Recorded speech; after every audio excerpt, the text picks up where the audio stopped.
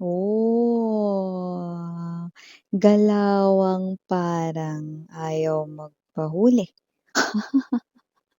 Medyo sinasadyang manahimik, hindi magsalita. 'Yan 'no, may energy-ng ganito dito, okey. I do see that whoever it is may tinatago kaya ayaw magpahuli, ayaw magpakita, 'yan. Ano yung tinatago niya, Miss 'yan? Medyo may mabaho. So, puwedeng baho yung tinatago niya or para sa kanya mabaho yun, parang something na hindi kaaya-aya 'no. Ay naku, Miss 'yan alam ko ng may BO 'yan, hindi yun. Hindi yun, ibang baho, ayan, oh.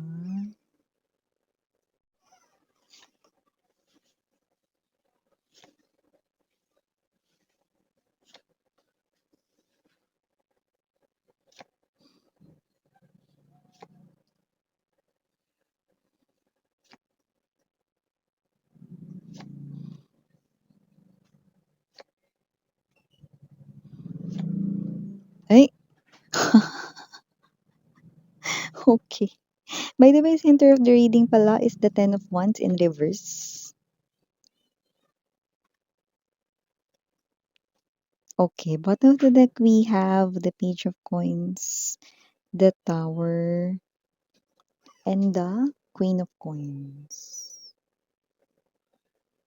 Okay, so kung sino 'tong energy na 'to pinagtataguan ka niyang literal 'no.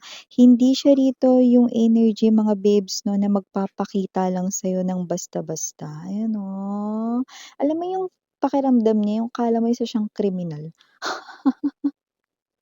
Tapos kapagka sinabihan na, "Oh, napapaligiran na kita," ayan, oh, kakabahan siya ng bongga. Iniiwasan ka niya at hindi siya nagpapakita sa'yo dahil with the Four of Coins energy, Nine of Swords right in here, and the boom! Your energy as the top energy, Seven of Coins, mukhang nagkatotoo ang sinabi mo sa kanya. Ay!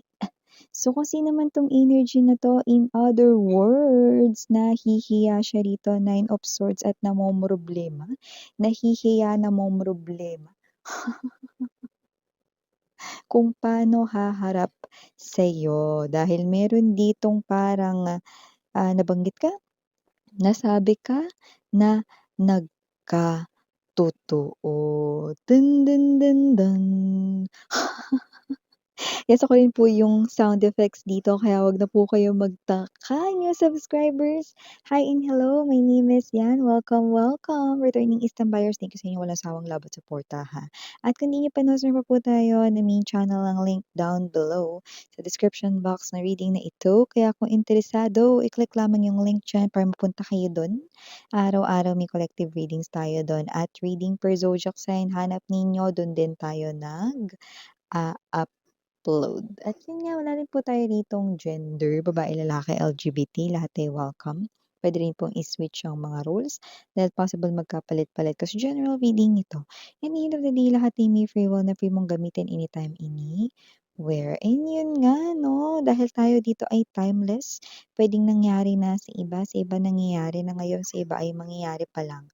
Pero itong tao na to, no, hindi siya kriminal, pero mukhang para na rin siya ritong kriminal dahil isa ito sa mga tao rito na posibleng yung iba sa inyo minsan niyo siyang kinasuklaman ng bongga. Nasaktan niya kasi kayo ng sobra-sobra with the Tower card energy. And I also see that whoever this person is, possible na ginawa kayo nitong options dati. At kung sino rin ito na meron talaga siya ditong nagawang pandurugas, pandaraya, pagsisinungaling, Seven of Swords energy at nahihiya ito, yeah, nahihiya talaga siya. Believe it or not, nahihiya talaga siya ditong magpakita sa'yo 'no. Dahil posible na hindi daw malabo na may mga nakarating na with the Five of Swords energy na mga bali-balita 'no, hindi sa radyo o TV, pero puwedeng sa social media ng mga tsismoso-tsismosa na parehas kayong kilala. Puwede rin na makakilala, mga common friends 'no. So, whatever the case may be, I do see na posibleng nakarating na yung balita tungkol sa kanyang mga circumstances, mga nangyayari sa life niya ngayon na dahils maganda, medyo syonget na mga pangyayari, situations na kinakaharap niya 'no. And nakita ko dito na out of your, anger or sa sobrang galit mo siguro dati 'no, puwedeng may nasabi ka na parang about sa pagbaliktad ng mundo, yung parang, "Ha, akala mo ba hindi darating yung araw na ganito, ganyan? Darating din yan sa'yo." Yun 'no. Nag-echo yun because it's something very powerful. It's something 'no, na nag-operate ka kasi from the place of, alam mo yun, galit na galit ka 'no, and then you called upon 'no, yung karma 'no. And siyempre mga bes hindi dahil galit lang kayo kaya nangyari yun 'no. Pero kaya nangyari ito dahil ang taong ito ay nakagawa ng kawalang-hiyaan sa'yo. Ano man 'yan, yun ang tinuturing mo dito kaya ginamit ko yung salitang walang hiya. Okay, meron siyang ginawang kawalang-hiyaan sa'yo 'no. Pero dahil diyan mga bibs 'no, nahihiya siya ngayon sa'yo. Ayaw niyang magpakita ng kanyang fest. Iniiwasan ka rin niyang makasalubong somewhere dahil ang sinabi mo dati kahit ano yun, nagkatotoo. Nangyari, yun yung nangyari 'no. Nakita natin dito that with the Ace of Wands energy, nakita ko rito na nag-iba talaga ang gulong ng kapalaran ninyong dalawa. Puwedeng ikaw yung nasa ilalim dati, ngayon ikaw nasa ibabaw na. At siya ngayon mga babes 'no, ay hindi lang basta nasa ground floor, kundi nasa basement.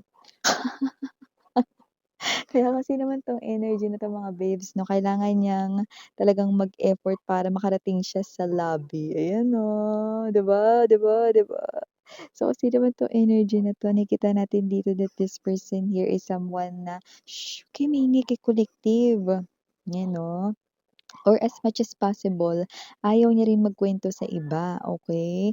Eh, hindi mo naman mapipigilan yung mga mata ng mga scam buyers 'no, na mga, other na mga nakapaligid sa kanya, 'di ba? Parang hindi naman niya mapipigilan na tsumismis 'no, humahaba yung leeg ng mga tsismoso-tsismosa kaya kahit hindi siya magsalita, alam ng mga tao sa paligid niya yung nangyayari 'no. So, nakikita natin dito na may mga problema siya, may mga pagsubok, may mga challenges siyang kinakaharap 'no, at mukhang nakakarating na yun sa'yo. Yun yung nasa isip niya. Pero dito nakita ko naman 'no, na although meron namang mga nakakarating-rating sa'yong mga balita na may mga pinagdadaanan siya, hindi mo naman binibigyan ng atensyon yun. Parang, oo, sige narinig mo, pasok sa kaliwang tenga, labas sa kanan, gano'n yung peg mo.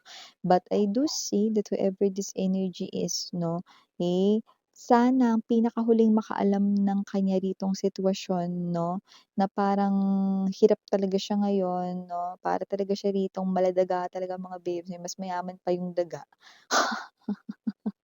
kaysa sa kanya.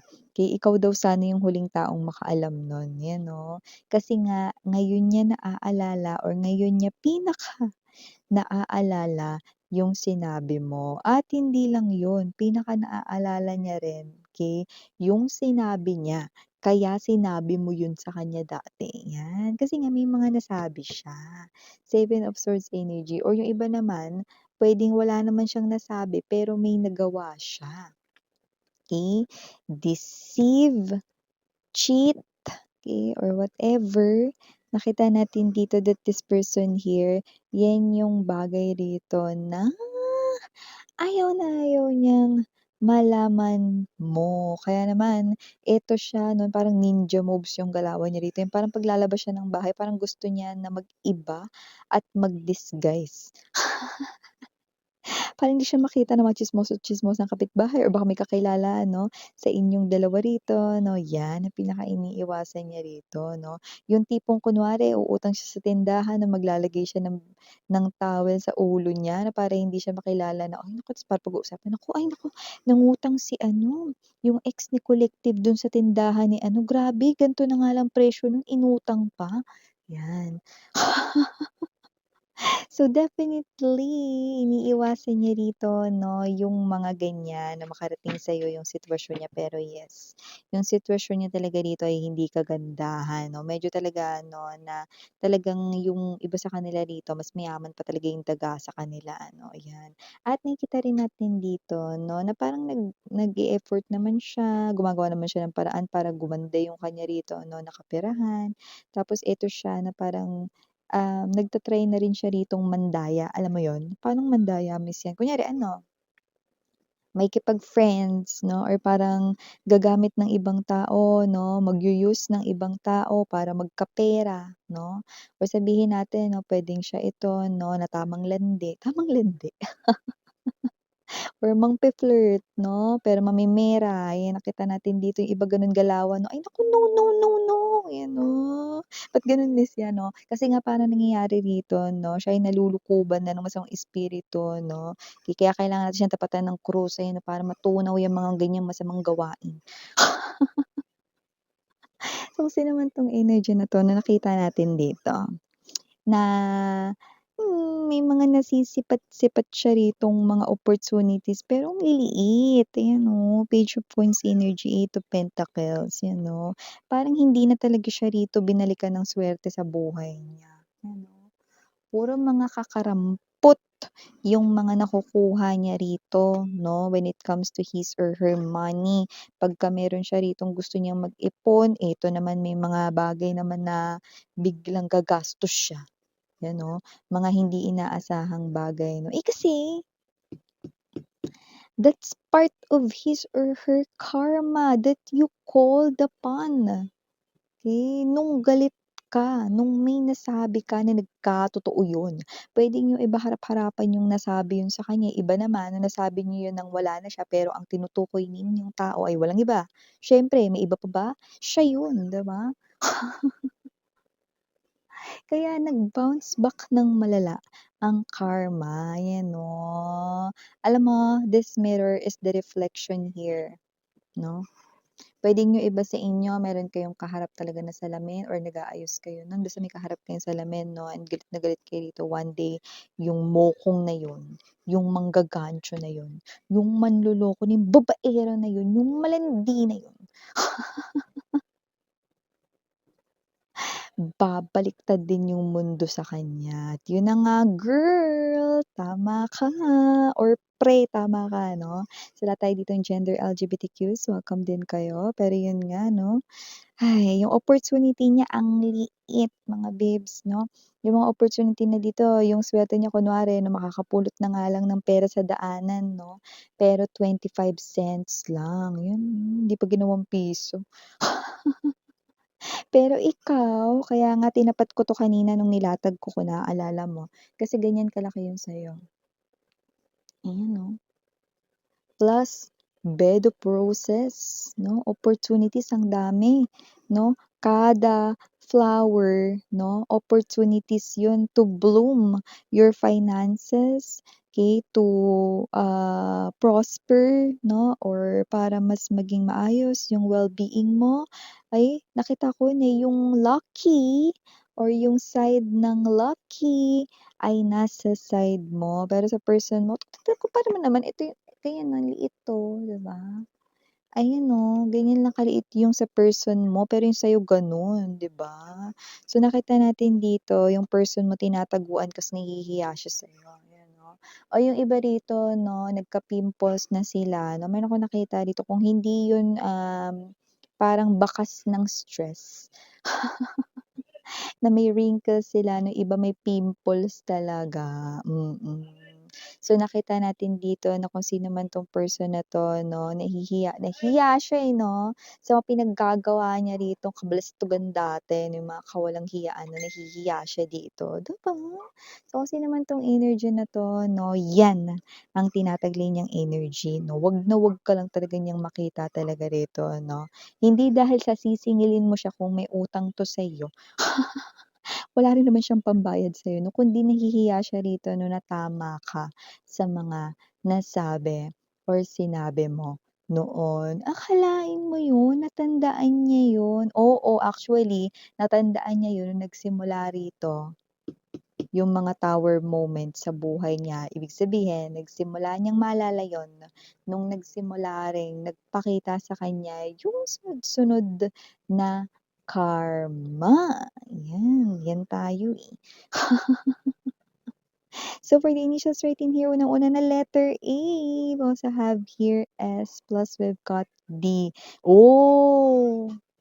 A, N, D. Naku, mukhang may kasunod pa talaga yung karma niya. La la la la la la. Good luck talaga.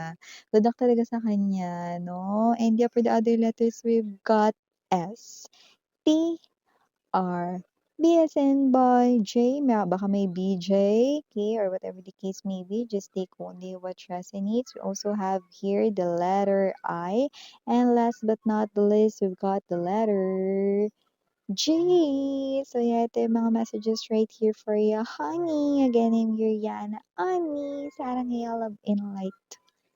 Annyeong.